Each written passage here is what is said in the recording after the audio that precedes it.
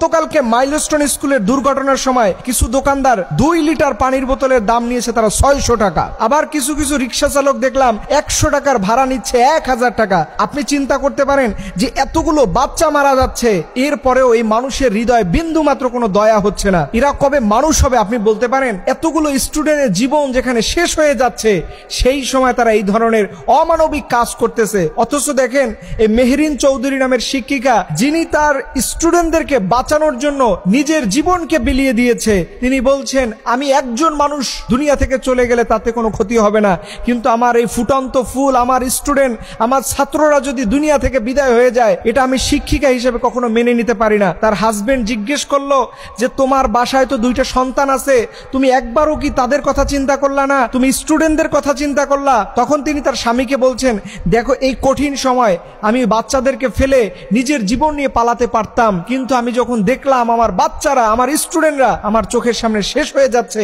আমি ওই সময় নিজেকে ধরে রাখতে পারি নাই। এর জন্য আমি আমার বাচ্চাদের কথা তখন ভুলেই গিয়েছিলাম। এবং আপনি জেনে আরো অবাক হবেন, লেফটেন্যান্ট তৌকির ইসলাম, যিনি চাইলে একটা বোতাম টিপ দিলে নিজের জীবন সেফ জোনে নিয়ে যেতে পারতো, চাইলে তার ফ্যামিলির কাছে ফিরে আসতে পারতো, অথচ তিনি ভাবলেন যে আমি যদি এই মুহূর্তে বিমানটাকে রেখে চলে যাই, কোন জায়গায় পরে কত হাজার মানুষের জীবন চলে যাবে।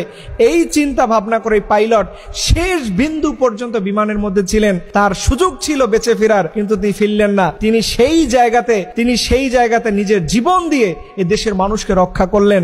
অথচ আমরা আসলে কোন মানসিকতার গল্প বলি, অথচ দেখেন দিনে দিনে আমরা কোন মানুষে পরিণত হই। সামান্য 30 টাকা এক বোতলের পানির দাম, সেই পানির মায়া আমরা ছাড়তে পারি না।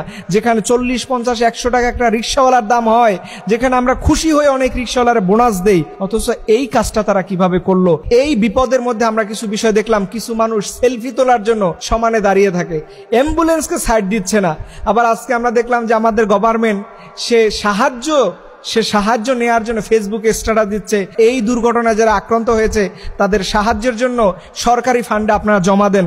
অথচ এই সরকার, ডক্টর ইউনূসের সরকার, গত কয়েকদিন আগে নিষিদ্ধ পল্লীতে 2 কোটি টাকার উপরে অনুদান দিয়েছে, তখন তার সাহায্যের দরকার হয় নাই। এই নিষিদ্ধ পল্লীতে তার টাকা দিতে ভালো লাগে, অথচ এরকম বাচ্চারা দুনিয়া থেকে বিদায় হয়ে যাচ্ছে, তাদের জন্য তার খয়রাত চাওয়া লাগে। এটা আমাদের জন্য অত্যন্ত দুর্ভাগ্য এবং লজ্জার যে ওনার মতো একজন মানুষ থাকার পরেও এই জাতীয় খয়রাত চাওয়ার অভ্যাস ওনার মধ্যে থেকে যায় না। একটা কথা মনে রাখবেন, সবার জীবনে সারা জীবন বিপদ আসবে না। আজকে আপনি যেই আচরণটা করবেন, এইটা আপনার জেনারেশন টু জেনারেশন এটা ভোগ করবে। আজকে আপনি মানুষের পক্ষে দাঁড়াবেন, আল্লাহ তাআলা আপনার পক্ষে কাউকে দাঁড় করাবে। আজকে আপনি জুলুম করবেন, দেখবেন আল্লাহ আপনার বিপক্ষে কাউকে দাঁড় করিয়ে দেবে। এর জন্য খবরদার, মানুষের বিপদের সময় কখনো সুযোগ নিতে যাবেন না। আল্লাহ রাব্বুল আলামিন আমাদের যে সকল স্টুডেন্ট, যে সকল শিক্ষক শিক্ষিকা সহ যারাই এই দুর্ঘটনা আক্রান্ত হয়েছে, আল্লাহ তোমার গায়েবী মদদের মাধ্যমে আল্লাহ তাদের সুস্থ করে দাও। আল্লাহ রাব্বুল আলামিন যেন তার সিফাতি নামের উসিলায় তাদের সুস্থ করে দেয়। সবাই বলুন আমিন।